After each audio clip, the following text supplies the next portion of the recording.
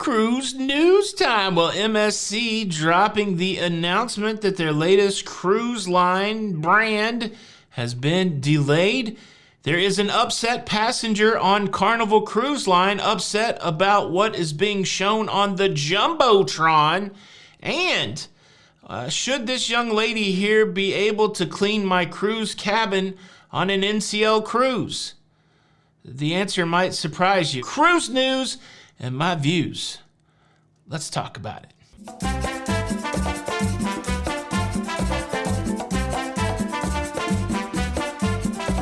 Hey, what's up, everybody? Welcome to Lido, Loca. I'm your host, Vitas Gerolitis, here to talk you through everything going on in cruising. And well, we've got some interesting stories for you today. First, let me circle back around to yesterday's show where we talked about male pattern baldness. I do need to add some qualifying remarks.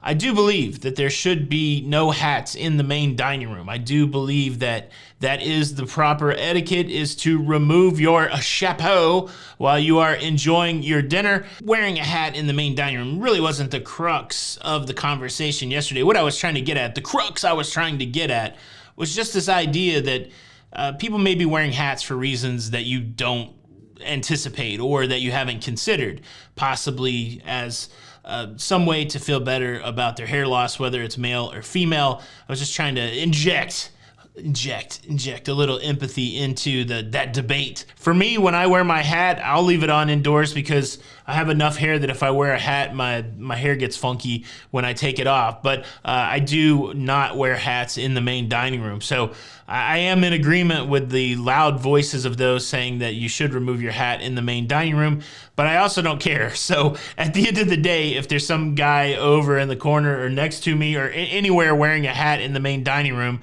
it's not gonna freak me out. I mean, I'm not gonna lose my cool over the hat in the dining room. But an interesting conversation, and appreciate everybody who jumped in on it. Now let's talk about today's cruise news. MSC has invested a decent amount of coin in a new cruise brand called MSC Explorer Journeys. And the first cruise ship in that line was set to be handed over from the shipyard to MSC, set to be handed over today, July the 6th, 2023, with a naming ceremony set to occur in Rome on July the 8th, 2023. Both of those events have been delayed. They have been postponed, with MSC citing supply chain issues as the culprit of this delay. Now, I did pop over to the booking site for Explorer's Journey. It does look like there is a Monday, July the 17th date on the website for a maiden journey starting from Southampton. So maybe the delay is being pushed from the 6th, today's 6th of July, out to the 17th. Now, excitingly, after completing a few cruises in Europe, Explorer One will make its way to Miami in November to do Caribbean sailings with access from Florida. Now, look, I'm already a fan of MSC. I know not everybody is, so I'm really intrigued about this new offering. Is this something that lands in your wheelhouse? Would you try it out if the price was right? Leave a comment below. Now let's talk about the latest kooky complaint popping up on Carnival social media sites. This one is a doozy. Now, if you are a tennis fan at all, you know that we're smack dab in the middle of the Wimbledon tournament, the Wimbledon Championship. It's a tournament that occurs over a fortnight. Not the game that's loved by many youthful players of video games these days, but a fortnight, 2 weeks. And well, there is a cruise passenger distressed about their access to Wimbledon coverage. This complaint was lodged by an individual whose first name begins with the letter S. Just for sake of fun, let's call this person Silly. Silly writes, "A few days after we booked the cruise, there was a sudden dash for our calendar followed by a groan. I realized I was going to miss Wimbledon. I am a tennis fan, and especially Wimbledon." I wonder if she likes it because they play it on the grass. I don't know. "I was reassured by my travel agent that Carnival would show the matches, possibly even on the Jumbotron." I would have loved to heard that travel agent call. "Hey, travel agent, we made a mistake. We booked during Wimbledon. Will they be showing that on the Jumbotron?" The travel agent's like, yeah, they'll show the matches probably on the Jumbotron. Bleep. if that's your travel agent, you got to check your travel agent. S continues, having spoken with the front desk manager, I was told there was nothing that could be done and that movies would be shown and not Wimbledon. If I had known this, I would have changed my cruise date. Why are movies giving preference to Wimbledon? Crazy. This needs to be changed. I do think that this person's name is silly, because if they're actually asking the question why people would rather watch movies than a very specific tennis tournament on the Jumbotron, well, they live in a weird tennis bubble. I love tennis. I played tennis. I like to watch Wimbledon, but it would never even enter my thought process that more people would want to watch a 6-hour, 6-set tennis match opposed to Old Man Otto. Tom Hanks is going to win that one every time. Here's the wild thing, though. The person's on the Carnival celebration, and if you've been there, you know that all the way in the back, they have this huge wall of screens where people gather to watch sports, and, well, they're showing the tennis. And so this person is able to access the tennis matches that they want to watch on a big screen outside their cabin, but they're mad because they're showing movies instead of tennis on the Jumbotron. Brand ambassador John Heald went on to say in his response to this person that if for any sport that you love this much, maybe you should check your calendar before you book a cruise. And I happen to agree with him. To that, I say, John, game, set, and match. Simple question, is there anything that you would think would be more important than the movie offerings to be shown on the Jumbotron? Should Days of Our Lives show their daily so you don't miss out on your stories? I don't know, leave a comment below. Now, we got to get into this debate whether or not a tattooed armed woman should be allowed to clean my cruise cabin. But before we get there, let me quickly invite you to subscribe. If you like staying up to date with everything that's going on in cruising, please consider subscribing with the notification bell on. That way you don't miss out on any of these episodes. And you don't want to miss out on any of these episodes. It doesn't cost anything. It helps get these episodes out to more people. Please do what you can. Help me out. Subscribe, notification bell. Thank you in advance. All right. There's a big announcement over on the Cruise Center website that Norwegian Cruise Line has released new policies that's changing the game, at least for Norwegian Cruise Line, where they will be allowing crew members to have tattoos. They'll be able to have beards and mustaches. They'll be able to wear jewelry that they weren't able to wear before. And it is game changing because that's a big cruise line that impacts a lot of crew members. And it's a fascinating story to me. I've already started to question why this change is occurring.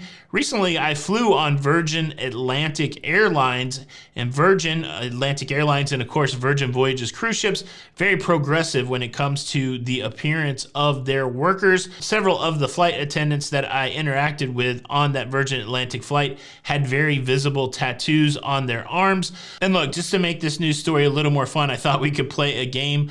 I'm going to show you a series of pictures, and I'll ask the question whether or not this person could work for Norwegian Cruise Line under the new guidelines, whether they could or could not work for Norwegian Cruise Lines. Let's do that, and then I'll tell you a little more about the policy before we wrap it up. First up, we have one Post Malone. You probably think that you are better now, better now. Could Post Malone work for Norwegian Cruise Line under the new policy? Well, no. The easiest disqualifier of his employment would be those facial tattoos. And while Norwegian Cruise Line is now allowing tattoos on the face and on the neck are a big no. How about this? Could retired late-night television host David Letterman work on Norwegian Cruise Line now in his spare time? Well, the answer to this is no. David could not work on Norwegian Cruise Line because that beard is unkempt. The beards that are being allowed by Norwegian Cruise Line have to be well groomed and close to the face. And well, Dave's beard is not that.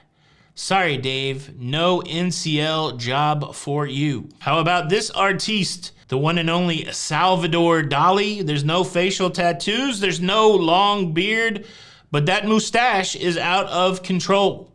Norwegian Cruise Line allowing now their crew members to wear a mustache, but it cannot be a mustache that hangs over the lip, and it cannot be a mustache that extends into weird places. And we almost have a handlebar mustache with Salvador Dali. But yes, this would be a no-go. I guess you just got to take your paints and go home, Senor Dali. What about the lovely Angelina Jolie? Could she work on Norwegian Cruise Line with some version of her Billy Bob tattoo? Of course, on the left is when it said Billy Bob, and on the right is, well, after they broke up and it had to say something else. Yes, Angelina Jolie could work on Norwegian Cruise Line with this arm tattoo. This is the policy. Norwegian Cruise Line members can now have tattoos as long as the tattoos are not obscene or insightful or that they align with an extremist group, those kind of things. More than likely, Angelina Jolie could now be a cabin steward with this tattoo.